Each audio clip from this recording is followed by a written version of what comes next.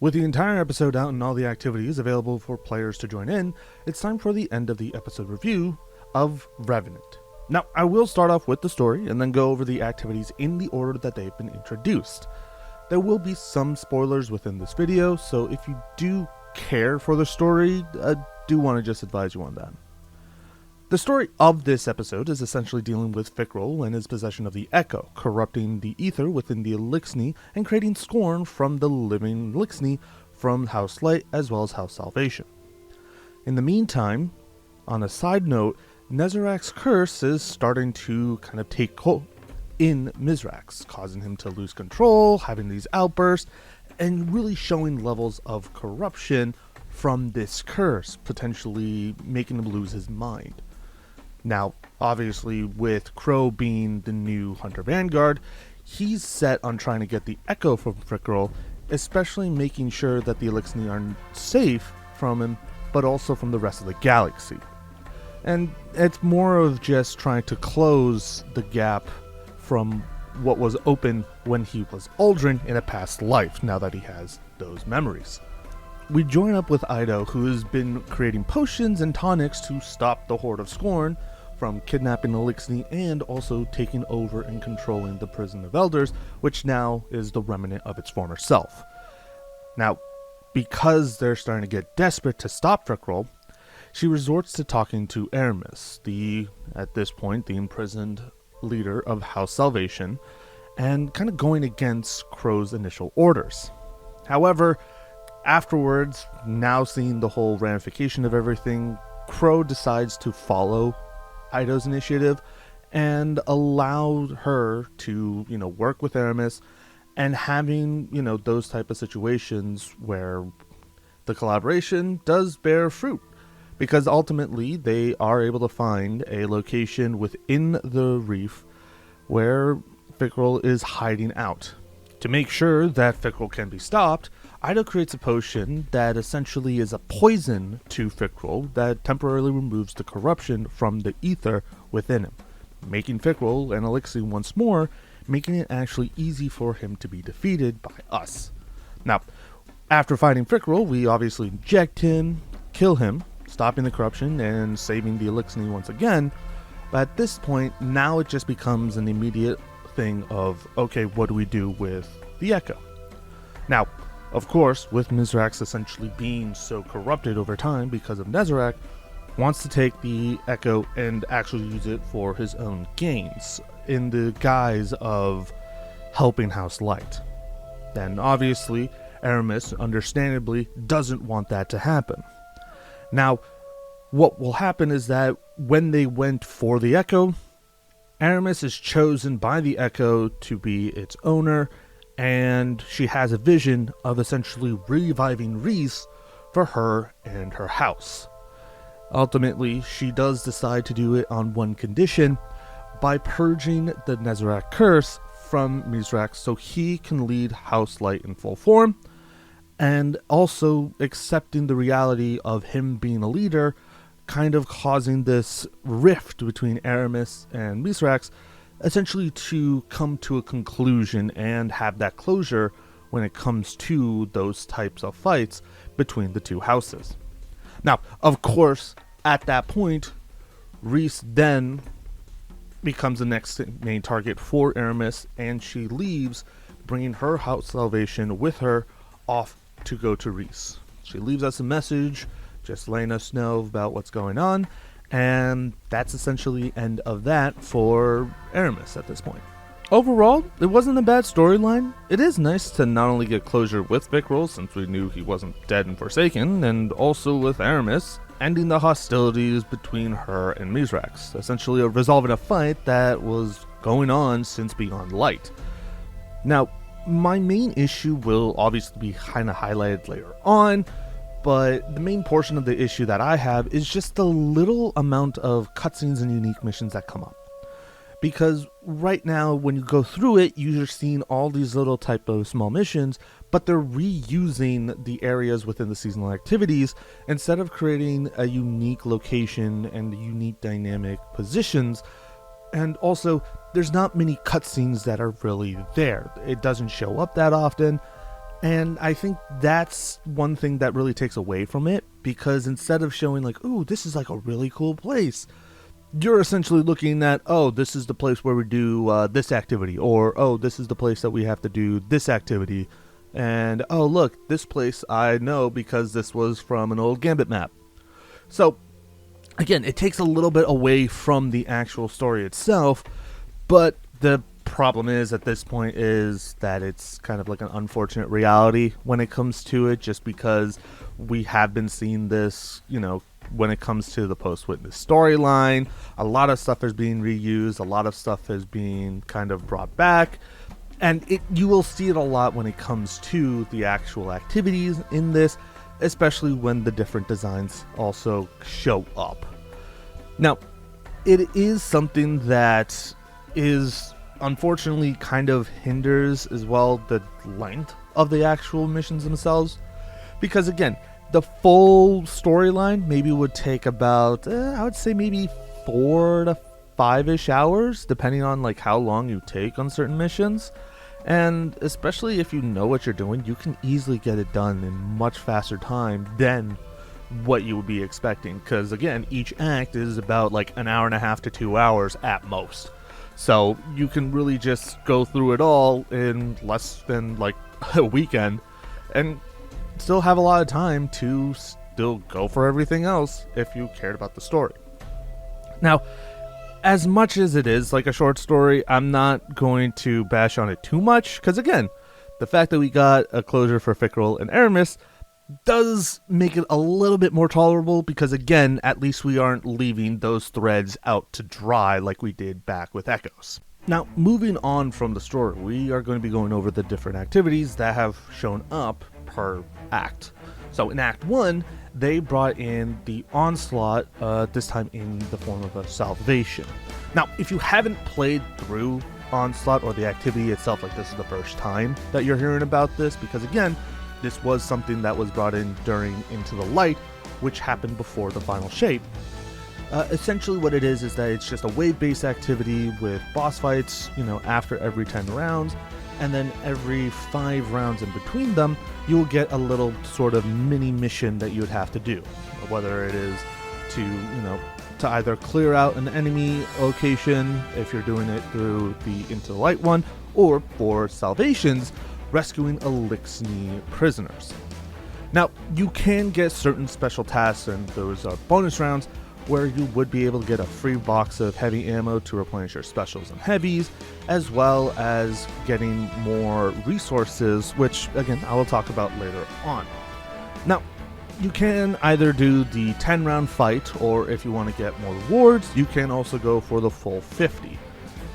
And there is obviously an expert mode, which will allow you to get even more rewards, but also it is at a cost of a higher difficulty level, and you will be under leveled as well. So it does kind of give you that risk versus reward, because if you aren't able to finish that particular section, you won't get the rewards, you will just be tossed back to orbit. Now, just like with how the Into the Light version of Onslaught works, you are able to farm your weapons through here. However, instead of being able to go to Zavala or to a vendor to essentially adjust which one you want to focus down, you would just need to take those specific potions for that event. A lot of the times you'll see that, of course, it is something that you'll have to unlock, but I'll get to that part later.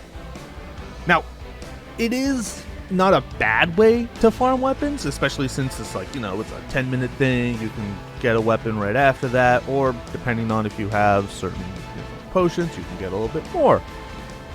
But it is still not the same as just a completely different activity, meaning that the repetitiveness can really make the farming feel longer than it is, and also it can take, it doesn't feel like it's always going to be just a quick run. It'll feel like a 10-minute run, or if you are going for the full 50, it can be an up to an hour run. It just depends on the circumstances that show up. Now, when it came to it, I did wish that they had a different activity altogether for this, because again, we're just like what I said before, we are reusing activities from previous seasons and from previous events that we've had, and then just changing it where it's like different enemy types, different special mission, but you still have essentially the generic, okay, can be a tormentor round, there is special enemy round, oh, there's a horde round, or something of that sort that line up with the original version of Onslaught, which really doesn't feel that good because, again, this is also coming from someone who spent hours in the original Onslaught. So me going into this, I lose already a lot of my enjoyment right from the get-go because I'm just like, okay, I've essentially already did this, but in this case it's for weapons that may or may not be replaced later on, especially since you aren't able to craft these weapons. You always have to farm them, which is, again, a bittersweet type of deal because I get it, you can it gives you more reason to play, but also you lose the desire to actually do that because, again, a lot of the weapons that you have that are craftable can take the place, and there's very few replacements that would be better than the crafted weapons. Now, in Act 2, they did provide a new activity, which is a bit of a throwback to an old endgame activity in Destiny 1, the Tomb of Elders. Now, the Tomb of Elders is a seasonal activity that is a series of rooms, each with a specific task to complete within a certain amount of time. It ranges from taking down a boss, destroying infrastructure, capturing locations, among other things. Now, it does also include bonus tasks during it, just like Onslaught, so you can get more gear, and additional bonuses for the loot at the end. Now, just like Onslaught, you can either go through one round of the tomb, or you can do up to 4 laps of the tomb, giving you more rewards the longer you go. They also dropped a master version of the Tomb of Elders, which you and 2 of your teammates can go in and fight a version of the Tomb of Elders with the boss being a resurrected Skolas, which, again, is something that is part of the story, but really only shows up here, which is why I didn't bring it up earlier. Now, it is really, really cool because, one, you get a new boss to fight, and also it's Skolas again, but it also gives you an increased loot as well because obviously it is a master level event. Now, it is unique in terms of Destiny 2, and again, it does bring back the vibes of Prisoner of Elders from Destiny 1, even more than the Warden of Nothing strike that was introduced in Forsaken, which is nice as they are still reflecting back to what was going on in Destiny 1. Now, it is definitely a good activity to go to, especially if you're trying to do it in contests, so you can get that matchmaking, and you would still need to worry about power level slightly, but it's not as drastic as you would expect from Onslaught, and it's still fairly easy to go through. It's not really a huge issue as long as you can keep yourself alive and work on the tasks accordingly. It is definitely worth going through the activity because it is definitely much more entertaining compared to Onslaught, and also it's very refreshing when it comes to it because, again, it's not something that you've done in the past, or at least it's not something you've done in the past in that same mindset like Onslaught was when it came from Into the Light to Salvation. Now, the last thing that was introduced in Act 3 was the Calcification exotic mission. Now, just like the Encore mission, it is a unique mission that you can definitely do repeatedly, not only to get the shotgun, in this case the Slayer's Fang, as the exotic, but also create and construct the catalyst to craft the weapons for your builds.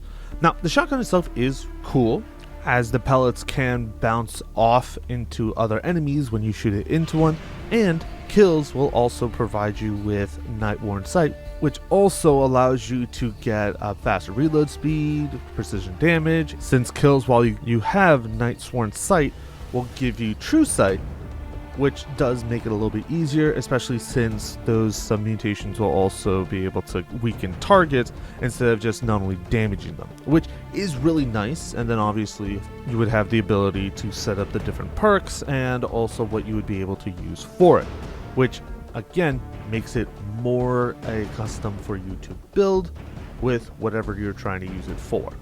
Now, a really cool aspect of it, and I think this is something that's one that I really liked, is the organ.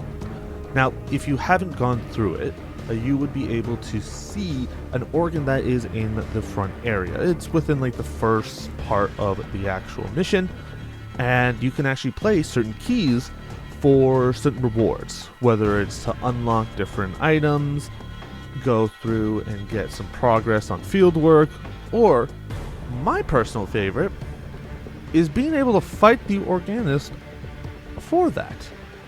Yeah, you literally would be able to have like a mini boss in that actual situation. Like, you'll be teleported to a different location, it'll be a boss fight that you would be able to go through.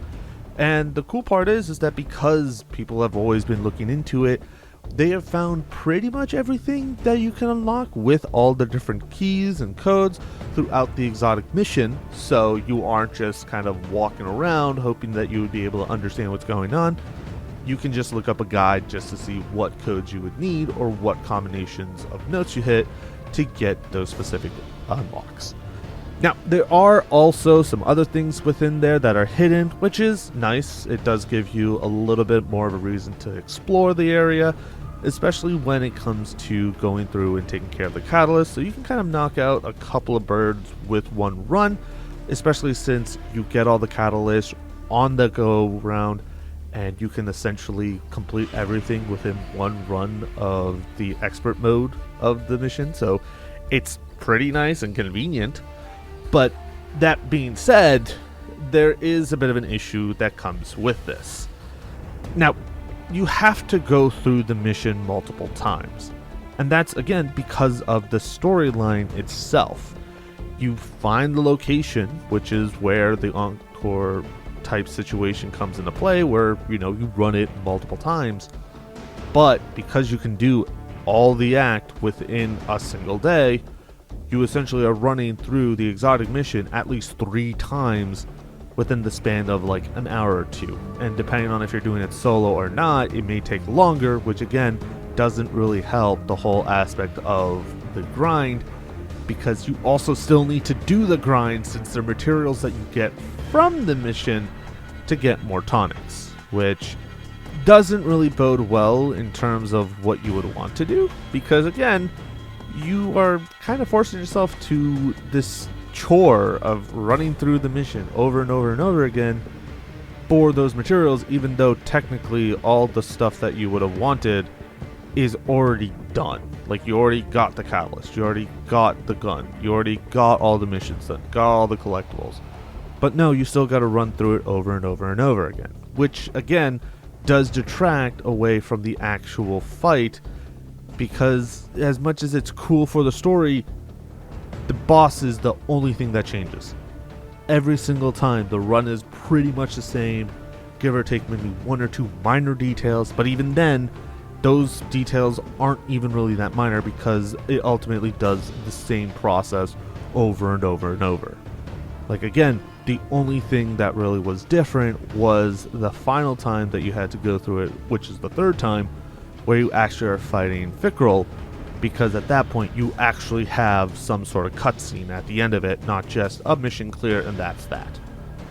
So I think the problem is that because of it being just all available at once, it makes the point of going through it over and over and over again really tiresome and repetitive, to where you really wouldn't want to do it unless you're like forcing yourself to go through it. Like, again, you're forcing yourself to do every single time when you want to get every single potion, tonic, and everything unlocked, which is just not a real fun time. Now, I would have said that this should have been talked about earlier, but I wanted to leave this at the end because, again, this is what I would say is possibly the best part about this episode, and it is the Vespers Host dungeon. Now, obviously, again, it is endgame, so you should have, like, max power, or at least a decent amount of power, which isn't that hard when you really look at it. But I think the one aspect of it is that being a separate thing altogether from the main story. Because, again, when it came down to it, the story based around Vesper Hosts is that Spider's scavenger crew went out of contact while scavenging a space station on the orbit of Europa. We go there, and then we find out that the old puppet of Atrax 1 is there, but a corrupted clone. Now, obviously we can kind of go further into that, but my main focus is the actual dungeon itself. Although, again, the story of the dungeon is really cool. I enjoy looking into it. It was really nice to see. You can obviously watch a video on that to get more in-depth look into it. But anyway, focusing on the actual dungeon itself, just like the previous dungeons, it is a 3-encounter dungeon, with the first one being kind of mechanics-based, while the other one is both a build-off for the mechanics, but is just, boss fights for the last 2. Now, on top of the actual dungeon being interesting, there are secret puzzles that you would be able to solve, so you can be able to get the actual catalyst for the icebreaker, which was returned as the reward for finishing the dungeon.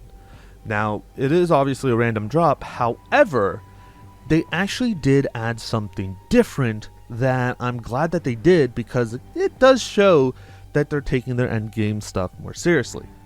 And that is contest mode. Now, contest mode for dungeons seems to be the same thing as contest mode for raids, however, there's a couple of aspects that come into play. Now, more aggressive enemies, being underleveled, that's kind of the expectation for contest mode. I mean, again, we've seen that within master runs.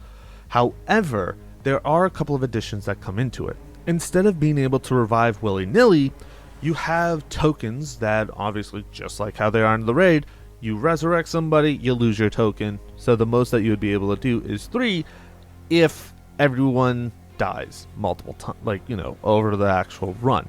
Now, they do reset after each encounter, which is nice. But again, it's still that aspect of the whole limited revives that come into play. So you have to really work on being more conscious about your location, how you're fighting, and the amount of damage that you're doing versus the amount of damage that you're receiving. On top of that, they actually have wipe mechanics. So, for example, in the first encounter, where it's all mechanics-based, instead of being able to go through it at your own pace, you have 5 minutes to complete the encounter. And if you don't complete the encounter, you wipe, and you have to start over again, which is actually really cool. And I think that's a really cool aspect that they should have kept in. Personally speaking, I think it was something that they should have had in on the normal mode, because even though it is much easier on normal, that time frame that you have, that 5 minutes, does still make it so that you have to keep moving. It's not some slow, methodical, oh, we can take our time to go through it. You gotta go bang, bang, bang. You gotta go really, really quickly. Now, I do understand that the point that they didn't put in the timer is so that it can be solvable, because, of course, one of the actual things for the triumphs is beating the dungeon and solo flawless, which, of course, that timer really would hamper that ability. But the fact that there is a timer in there, I did like it, especially since it does keep that urgency going, even if it is easier on the regular mode. Now, obviously, looking at the boss encounters, what is the main difference when it comes to the contest version versus the regular one? You have a limited amount of damage phases. For both of the encounters, you have 3 damage phases, and you would wipe afterwards. So it does allow you to kind of keep into the vibe of the actual damage phases that you would have in a raid, but in a contest dungeon mode. Now, obviously, once contest is over, you have unlimited, essentially, just, again, solo flawless runs have to be somewhat achievable, but it is nice that they have that type of aspect coming into play, where damage optimization is really, really pertinent when it comes to those boss fights. Now, the cool part about everything when it comes to those 2 boss fights is that they're different while still building off the original mechanics. So, because a lot of the aesthetics from Vesper Host is from the Deepstone Crypt, they bring in a lot of the buffs that come from Deepstone Crypt, but rework them to make it work within this area. So, for example, the scanner, instead of being able to see something in white just automatically, or yellow, depending on how you have your settings, you would need to go up to certain little panels, and it would highlight within your map. So it's not like something you can see automatically. It's not visually there with the panel. You have to keep an eye on your map to show which one is the right location. Obviously, operator still stays the same. You use that to actually shoot. But then suppressor comes into a different aspect altogether. So in the first one, where suppressor comes in, which is the first boss fight, suppressor is used to essentially create smaller servitors of the boss. And at that point, you would be able to do damage and also kind of temporarily stun the actual boss itself. And the second one, it comes to taking care of the clones. Now, clones will show up during the actual mechanics phase before the damage phase that comes up, which will give you radiation, just like how cores back in Deepstone Crypt would give you radiation. It still works here. However, if you stun one with the suppressor, you would be able to kill them, because outside of that, you wouldn't be able to do damage.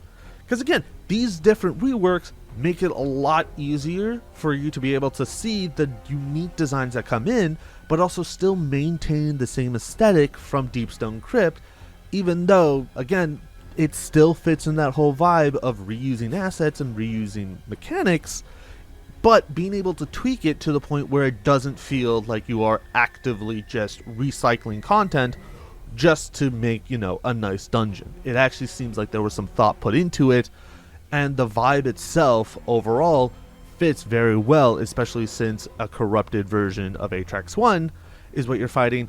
A derelict area of a space station is almost the perfect place to actually check it out. So it's really nice that they did this, and the fact that, the contest mode, and they also put in effort with the dungeon clears being a world first race. You will see that likely, hopefully they'll be continuously doing that. We already know that the next dungeon is going to have the same aspect of a contest mode and a dungeon race. So we will need to see how that will go. Maybe it'll be the same aspect, because I'm hoping that they keep it the same way. However, again, we just need to see, because this is the first time that they're introducing it to us. So they may make some tweaks here and there, but I think the fact that the contest mode itself is even available does help a lot in actually making the first initial opening of it an actual event, rather than just, hey, dungeon's open, run through it, and go do the grind just like that. Now, and also another aspect that I did want to kind of talk over is just the way that the boss fights in those two encounters differ, but also kind of stay the same. So a lot of the reasons I say that is that it differs because one is that you are fighting multiple servitors that grow into one, which is the boss, and you essentially are doing damage to every single one of them. So if you have any ad clearing type situations, like using Revenant Hunters as well as Tether, those would help a lot there, because again, you're essentially trying to do as much damage to multiple enemies at the same time to maximize the amount of damage, while for the actual final boss, you're focusing on one guy and you're trying to have to do pinpoint damage on that particular one. You don't have to go through and take care of other stuff. You would be able to just focus on the one person while they provide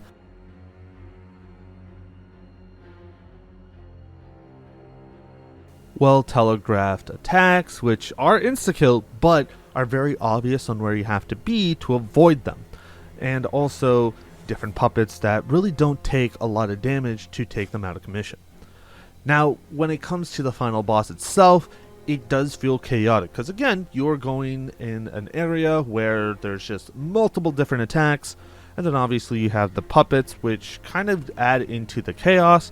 However, unlike the unmitigated chaos of the Ghost of Deep final fight, this one feels a little bit more reserved and actually more trackable, so to speak.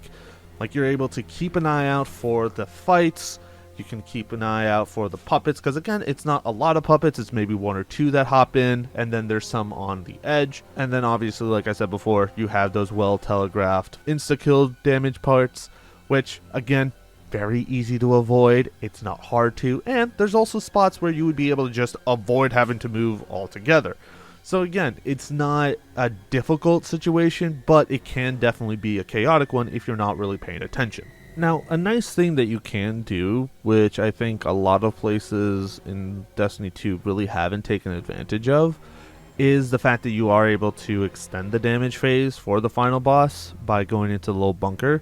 I know there's some aspects where there is a way to extend the fight, however, it's not really used that often, and a lot of the times it's just, hey, hit this damage check so we can extend the fight.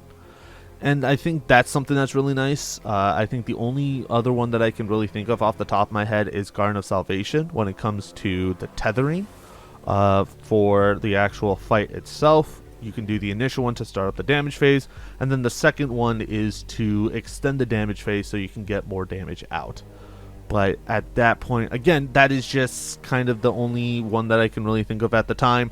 And I think other than that, there isn't really much for it that isn't just a damage threshold, which I really hope that they do kind of add more into it, just because more mechanics within the fight does make it a little bit more interesting, as long as it's not like a chaotic mess like Ghosts of the Deep is, just off of the basis of the amount of ads that are there. But regardless of my criticisms and all the suggestions that I would provide, I think overall this is a great dungeon.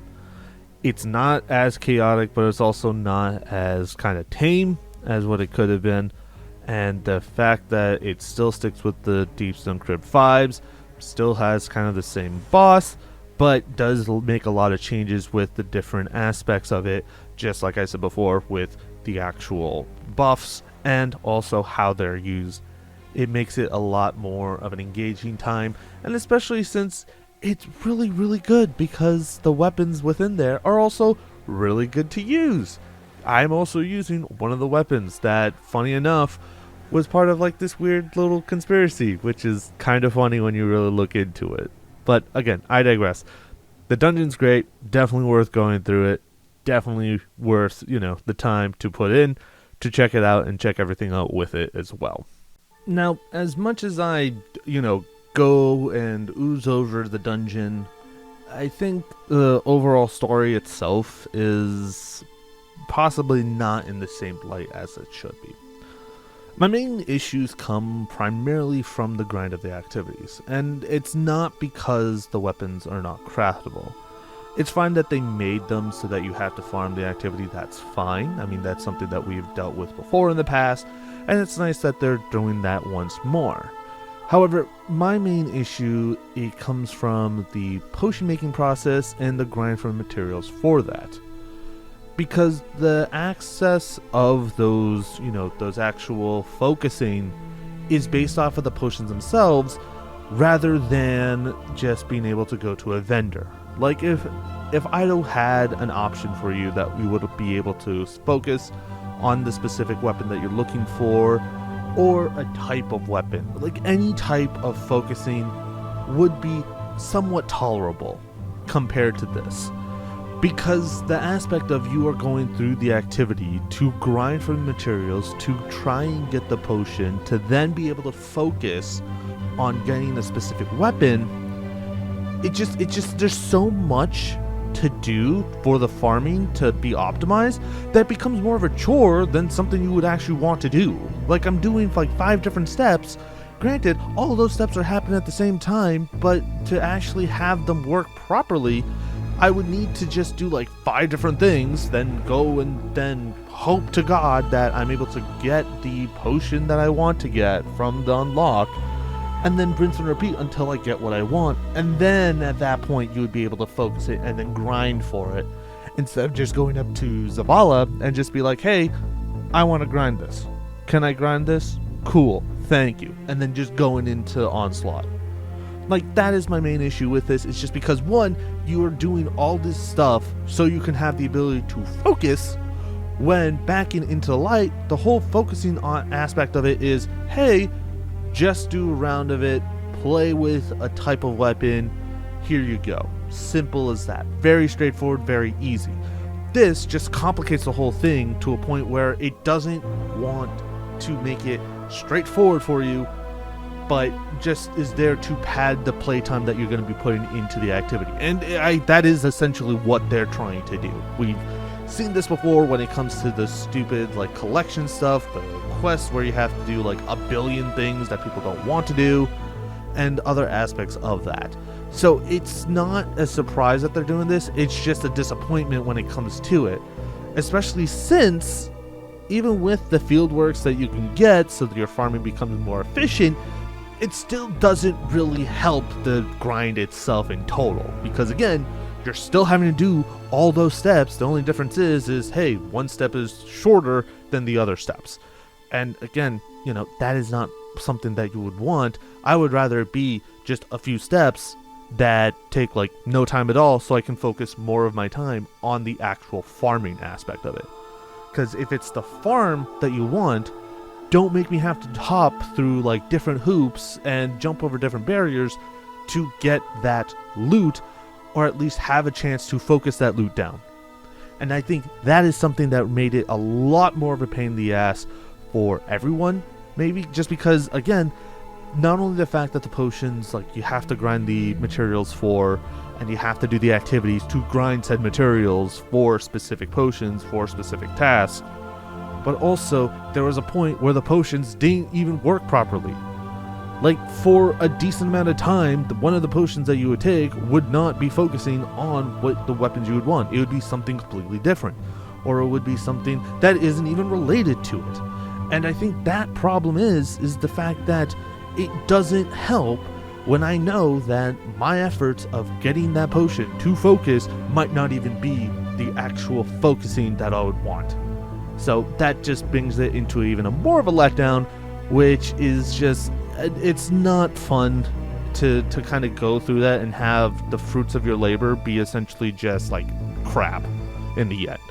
And I think that's something when you look at it, because again, you have to grind Onslaught, then you have to grind the Tomb of Elders, and then also you have to grind the exotic mission. Why would I need to grind the exotic mission for tonics? It doesn't make sense. Why would I need to grind that for something that you don't really need to do that often? Because again, I get the whole aspect that you want more people to play into it, you want more people to go through and get the aspect of playing through everything, getting all the potions and all that stuff, and the fact that it's not included in the actual seal itself is also another save that it could be, that could luckily have been much worse if they did include it. But that being said, a lot of the stuff within the actual seal itself is, again, you're just grinding over and over and over again for the different missions and the different things and the different enemies and all that stuff. It becomes way too monotonous, and the problem is that because you're able to finish the story in such a quick time, you really lose a lot of that motivation to continue playing afterwards. Because again, if you're someone who is story focused like I am, I'm going to be playing like, okay, I have to wait, 7 days for the next thing. I guess I'll just go and grind some of the Onslaught until we get the next mission or something of that sort. But no, because they decided to remove all that from this episode for each of the acts, it's an hour and a half of me playing Destiny 2 and then, alright, cool, I'll wait another 3 weeks. Or in this case, five weeks, because, the distance between each of the acts. And that, I think, is a huge problem. Granted, again, it's like, it just doesn't really feel good when the focus of the story, once that's gone, there isn't really much of a reason to play other than to try and grind something, and even then you have to do like extra steps to even get to that point where you can be efficient of it. Now, obviously, overall I would give this episode a 6 out of 10, and the main reason why it's not lower is primarily because the closure for both Fickle and Aramis within the story is really nice and honestly very good, because hey, we actually have some sort of closure, especially since all that has been going on for years. And on top of that, the dungeon itself, the fact that I was kind of going all over for it for about 10 something minutes, it does, it kind of shows how much I enjoyed that, and I think that's one of the main aspects. Now, again, I am biased for endgame content, but that being said, it's still, I'm not going to disregard the rest of it. It's just the fact that the rest of the actual activities are either recycled, or the grind for the materials that you're looking for really hampers the actual enjoyment of the activities themselves, and it really doesn't give as much of an enjoyment as, say, doing other activities, for echoes, because at that point you weren't really grinding for X thing. What you're just essentially grinding for is materials, and those materials will give you just a ton of stuff right there and then, which makes it a lot more rewarding, because at that point you're just collecting random stuff all over the place rather than just focusing on taking down an enemy just for like 1 or 2 weapons, depending on if you had the potion on or not. And I think that's a huge aspect of it that kind of comes into play. But also, I will admit though, I think there is a lot more problems with the game itself, but I think if I were to go on that, this video would be possibly twice as long. So I will likely have that as a different thing, and you'll hear from that point as well. With the final episode for this year coming out later this week, or depending on when you're seeing this, it's out right now, we'll have to see what they'll do to kind of wrap up not only this final episode, but also the final shape itself. Because again, essentially this is supposed to be a continuation, but we're going to have to see what they do specifically for that. Now, we do have the dungeon, like I said before, that is coming within the first week, so there is something to look forward to for that. But one thing that I would say is that I will definitely be streaming that as well, so I would suggest you check that out on Twitch when you can. Links in the description down below. But with that being said and that plug out of the way, thank you guys for watching. Hopefully you guys have enjoyed. And if you do enjoy it, do hit the follow button on my socials. Subscribe here on the YouTube channel. Like the video. Share it with people. And also, if you ever want to check me out being live, follow my Twitch channel as well. But until then, I'll see you guys in the next review. Take care.